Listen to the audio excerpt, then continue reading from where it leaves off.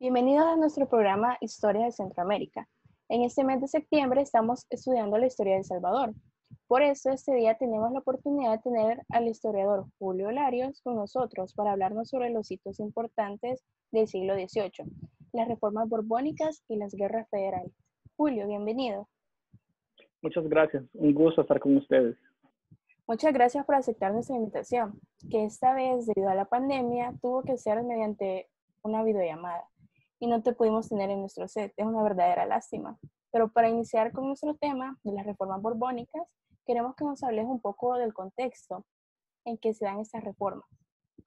Bueno, luego de la muerte de Carlos II, el último de los Austrias españoles, la Casa de Borbón obtuvo acceso al trono de España el 1 de noviembre de 1700 con Felipe V. Ante su llegada al trono, Austria cuestionó la legitimidad de Felipe, por lo cual se desató una guerra conocida como la Guerra de la Sucesión. Felipe contó con el respaldo de Francia, mientras que Inglaterra, Holanda, Portugal, Prusia y las provincias de Cataluña y Aragón estuvieron del lado de Austria. Finalmente, en 1713, ambas partes firmaron la Paz de Utrecht en Holanda.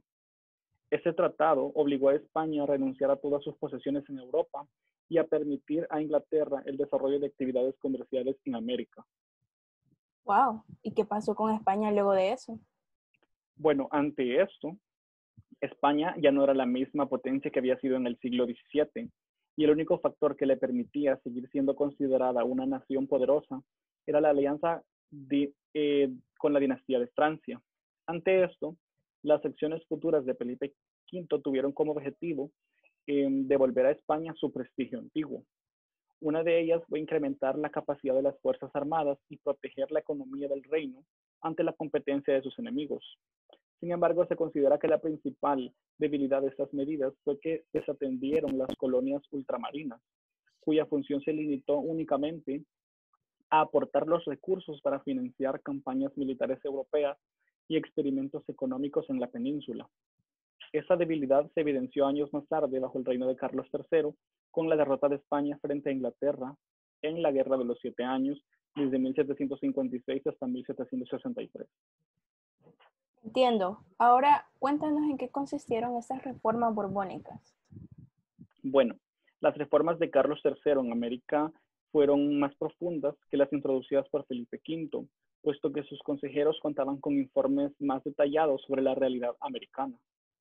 Esos asesores dejaron de percibir a América como un mundo dedicado únicamente a la minería y se concentraron en impulsar otras actividades productivas y el comercio, así como mejorar el sistema de administración colonial y aumentar la efectividad de la corona en sus dominios.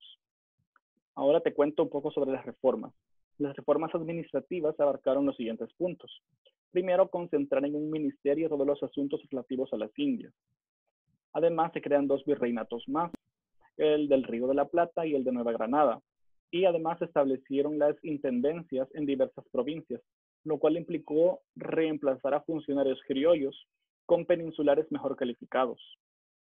Las reformas en el área económica se concentraron en aplicar estímulos para favorecer el desarrollo de la agricultura y la minería.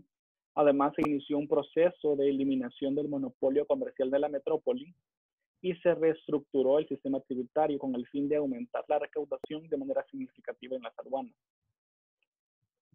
Por último, una de las acciones en términos eclesiásticos fue la expulsión de la Compañía de Jesús de las zonas de dominio de los Borbones, con el fin de eliminar cualquier oposición en contra de la supremacía de los derechos de la corona. Finalmente, en el área militar se sustituyó las antiguas milicias por ejércitos profesionales y se enviaron oficiales y tropas desde Europa para formarlos.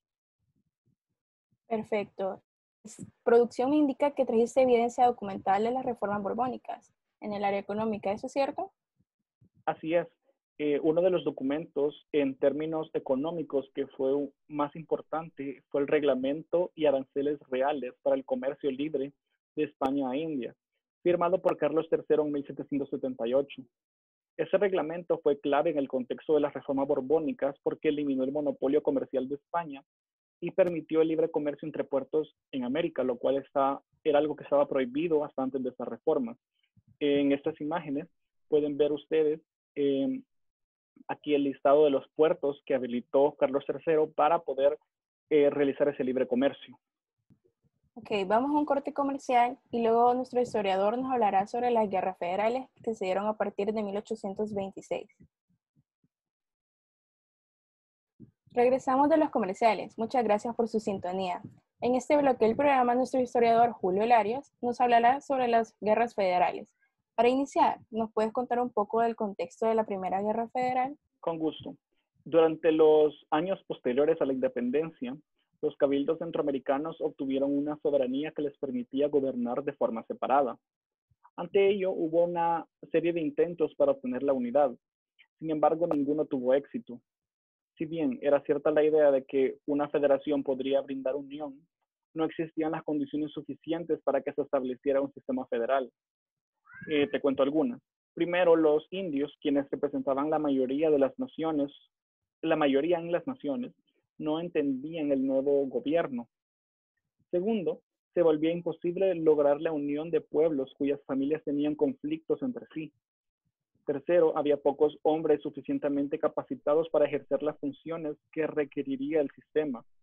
Y cuarto, debido a que existía una pobreza generalizada, iba a ser bastante difícil sostener las fuentes de ingreso de la federación. A pesar de toda esta realidad, se decretó una unidad centroamericana mediante una federación de provincias, donde cada estado mantenía su independencia y soberanía. Ante lo anterior, mientras el gobierno federal buscaba organizarse para hacerse oficial, cada estado provincial también procedía a fortalecer su respectivo gobierno. Guatemala se encontraba en una posición ventajosa en términos de control político, mientras que Honduras, El Salvador y los liberales de Guatemala, reforzados por el ejército salvadoreño, buscaban más autonomía y no obedecer a las órdenes de la federación. Por esto, la estabilidad provista por esta federación, entre comillas, ficticia, se interrumpió en 1826 debido a todas estas funciones, lo cual provocó la guerra. Muy interesante. ¿Y en qué consistió esta Primera Guerra? Bueno, ante lo explicado anteriormente, los estados centroamericanos se rebelaron contra la federación y combatieron durante 2 años. Se dañaron tierras, fincas y comercios. Una de las consecuencias de esta guerra fue el fomento de una mentalidad militarista que llevó a un periodo de guerras muy destructivas. Además, el mensaje que nos da esta guerra es que dentro de cada estado tenían intereses políticos y económicos más importantes que la Unión Centroamericana.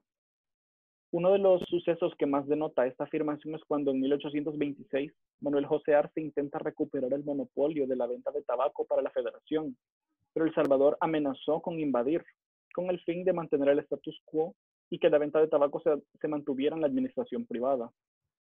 Esta guerra tuvo como resultado quitar a Manuel José Arce del poder e instaurar a Aycinena como jefe de gobierno de la federación. En el caso de El Salvador, la guerra finalizó gracias a que Francisco Morazán logró la unión de los ejércitos locales con los de Honduras y Nicaragua y de esa forma derrotó al ejército guatemalteco. Es aquí en este punto donde entra este personaje, Francisco Morazán, al foco militar salvadoreño. Al igual que en el bloque pasado, entiendo que nos trajiste una evidencia de la época. Sí. Como resultado de esta guerra, en 1829, muchos de los vencidos salieron de sus países de Centroamérica con dirección a México.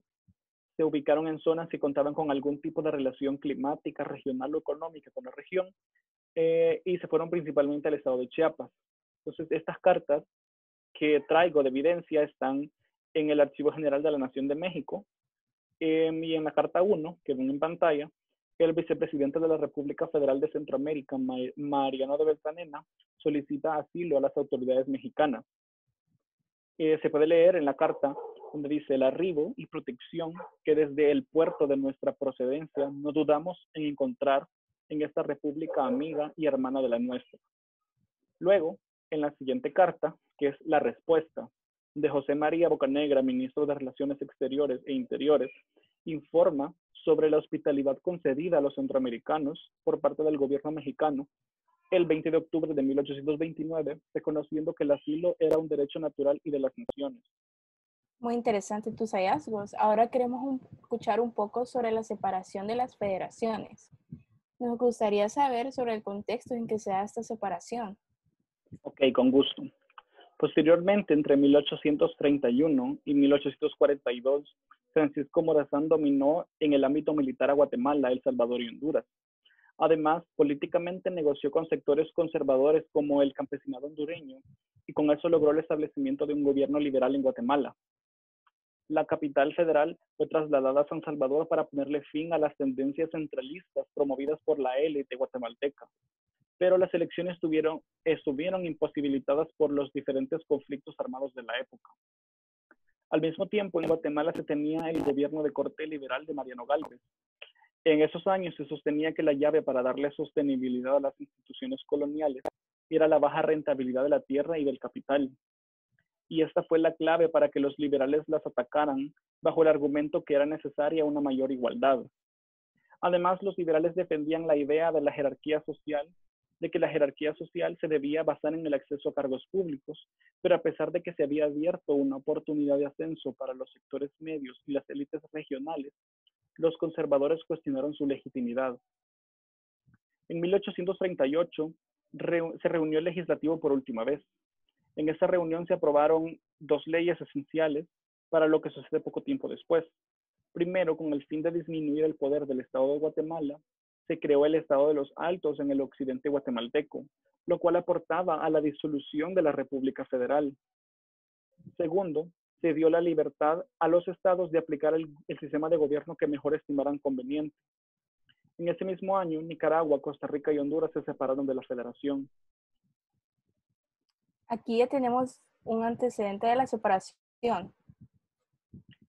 Sí, ahora les explico un poco. Esas reformas de Gálvez provocaron en 1838 una rebelión campesina en el oriente de Guatemala, la cual fue liderada por Rafael Carrera y apoyada por la élite conservadora de la antigua capital guatemalteca, con el fin de recuperar el poder. Esta élite no reconoció la creación del Estado de los Altos y lo adjuntó nuevamente a Guatemala en 1840. Además, en El Salvador apareció un gobierno separatista, cuya élite no consideró de honor tener la capital federal, a lo cual también aportó la derrota de Morazán por parte del conservador Rafael Carrera. Posteriormente, en 1842, aunque Nicaragua, Honduras y El Salvador formaron una confederación, cada uno ejerció la integración con el mundo, con la economía, de forma independiente y tiempo después se convirtieron en repúblicas soberanas. Muy interesante. Bueno, se nos ha acabado el tiempo. Te agradezco mucho, Julio, por aceptar la invitación y hablamos sobre estos hitos tan importantes para la historia de El Salvador y que realmente son muy poco conocidos. Esperamos volver a tenerte aquí pronto. Mucho gusto. Adiós. Adiós. Muchas gracias.